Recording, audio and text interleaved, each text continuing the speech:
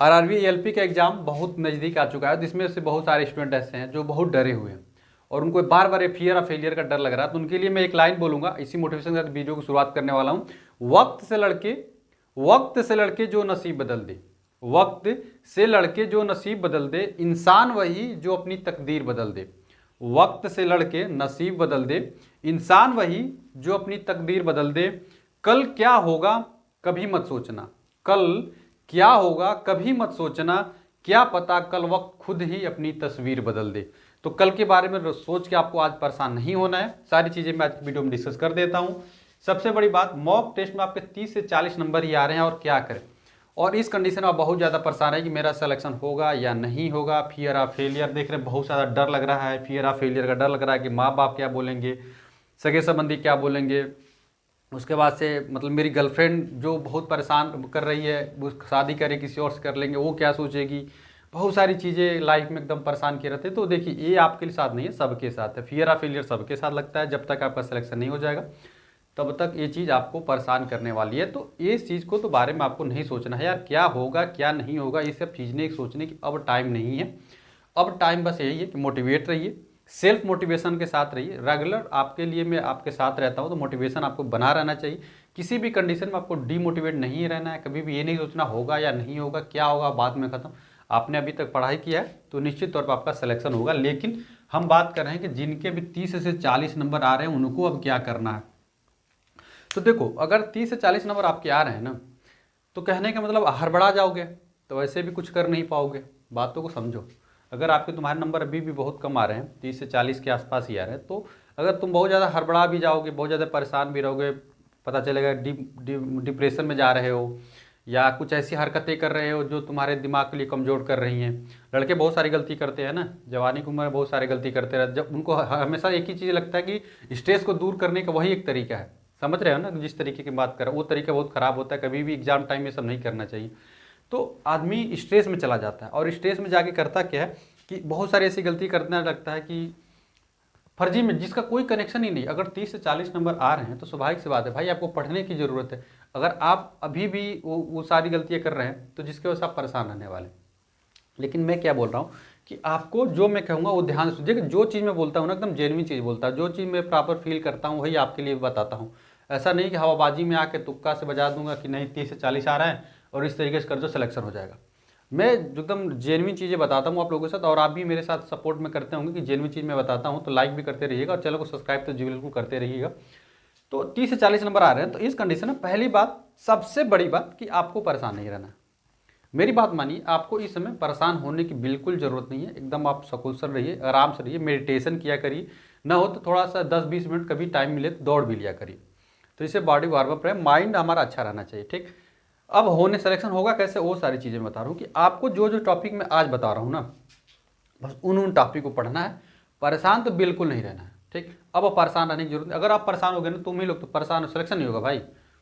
अब आप लोग करना क्या, जो चीज़ मैं बता रहा हूँ ध्यान से सुन लो। जितनी चीज़ें मैं बता रहा हूँ बस उतनी पढ़ लो, आसानी से भाई नंबर पा जाओगे और परेशान होने की बहुत ज़्यादा ज़रूरत नहीं है भाई। जो चीज़ मैं कह रहा हूँ ध्यान से सुन लो, ठीक है, ध्यान से सुन लो। सबसे बड़ी बात कि तुमको क्या क्या चैप्टर अभी पढ़ लेना चाहिए फिलहाल के लिए। मैथ में द्विघात समीकरण कहीं से जाओ, यूट्यूब से ढूंढो, चाहे जहाँ से पढ़ो, द्विघात समीकरण अभी खत्म कर लो। द्विघात समीकरण से आएगा, द्विघात समीकरण से आने ही आने वाला।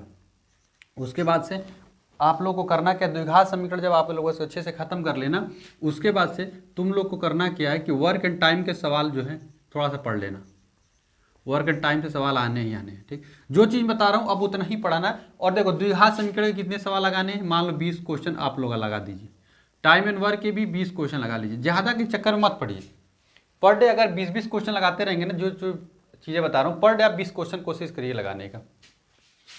उसके बाद से तीसरे नंबर पे परसेंटेज थोड़ा सा देख लीजिएगा।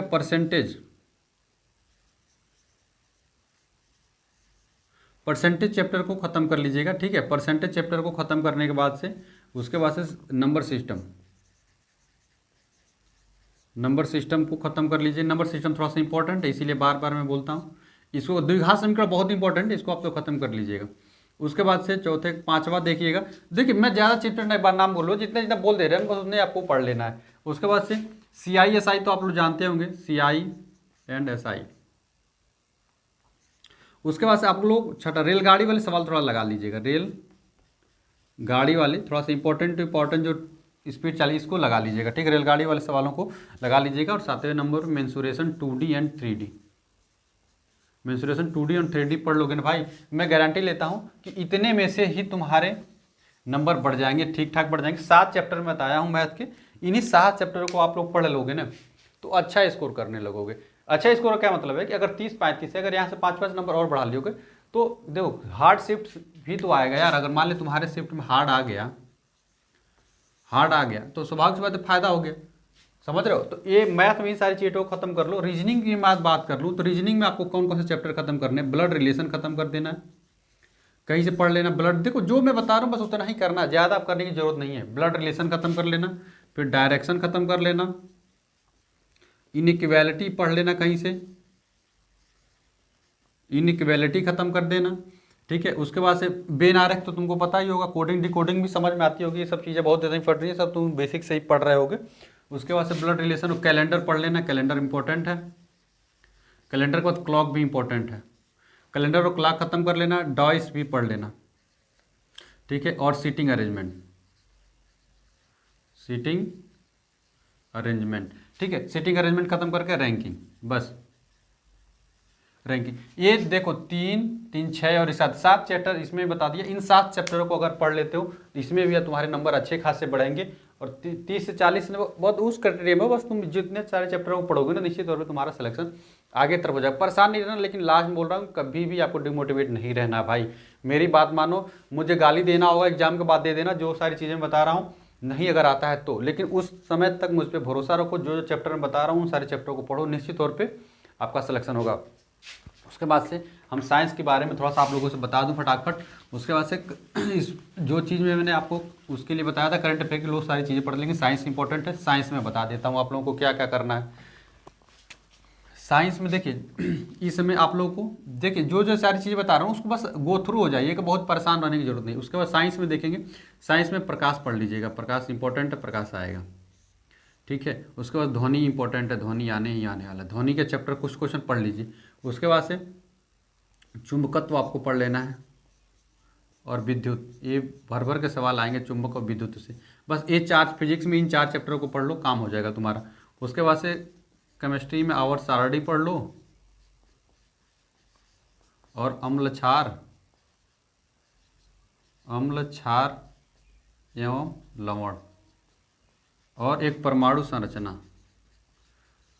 ठीक है। इस परमाणु संरचना वगैरह जो आता है इसको पढ़ लो। बस इन 3 चैप्टर को केमिस्ट्री में पढ़ लो। बायोलॉजी में देखोगे तो पादप कोशिका, जो चैप्टर इसको नोट कर लो भाई, यही तुमको पढ़ना है बस 5-7 दिन, बस इससे ज़्यादा नहीं। पादप कोशिका, 9 तंत्र जो होते हैं, 9 तंत्र जिसमें ब्लड व्लड सारे परिसंचरण तंत्र आते हैं वो।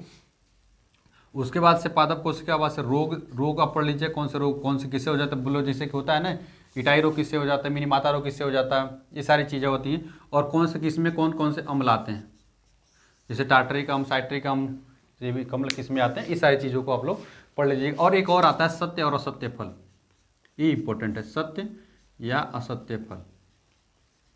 असत्य फल करंट अफेयर के लिए तो ज़्यादा इंपॉर्टेंट मैं बताऊँ। करंट अफेयर आपको जो मन करेगा सारी चीज़ पिछली वीडियो को देख लीजिएगा। फिर भी ब्रांड एम्बेसडर पढ़ लीजिएगा। उसके बाद से खेल पढ़ लीजिएगा, बीजिंग ओलंपिक, राष्ट्रीय पुरस्कार पढ़ लीजिए, जितने पुरस्कार मिले, पद्म पुरस्कार मिले, वो सारे पुरस्कारों को आप लोग पढ़ लीजिएगा। और राष्ट्रीय फिल्म फेयर इंपॉर्टेंट है, फिल्म फेयर आप लोग देख लीजिएगा। बाकी मोदी का मंत्रिमंडल देख लीजिए करंट अफेयर में। बाकी इतना ही देखना, बस इतने देख लोगे ना, गारंटी लेता हूँ कि तुम्हारा CBT 1 क्लियर हो जाएगा। और अगर CBT 1 क्लियर हो जाएगा तो CBT 1 में मुझे मिली हो गई, और मैं और अच्छे से आपको गाइड करके CBT 2 में सिलेक्शन करवा के आपको फाइनल सिलेक्शन हो जाएगा। बस लास्ट टाइम तक आपको मोटिवेट रहना, डीमोटिवेट कभी भी नहीं होना मेरे भाई। अगर डिमोटिवेट होते तो मुझे कमेंट कर दो, वीडियो में किसी भी तरीके से मैं आपका जरूर हेल्प करने वाला हूँ। चलिए आशा करते हैं कि चीज़ों को आप लोग समझ रहे होंगे, और वीडियो अच्छी लगी तो वीडियो को लाइक भी करिएगा और अपने दोस्तों में शेयर करिएगा। मिलते हैं अगली वीडियो में फ्रेंड्स, तब तक के लिए फ्रेंड्स जय हिंद।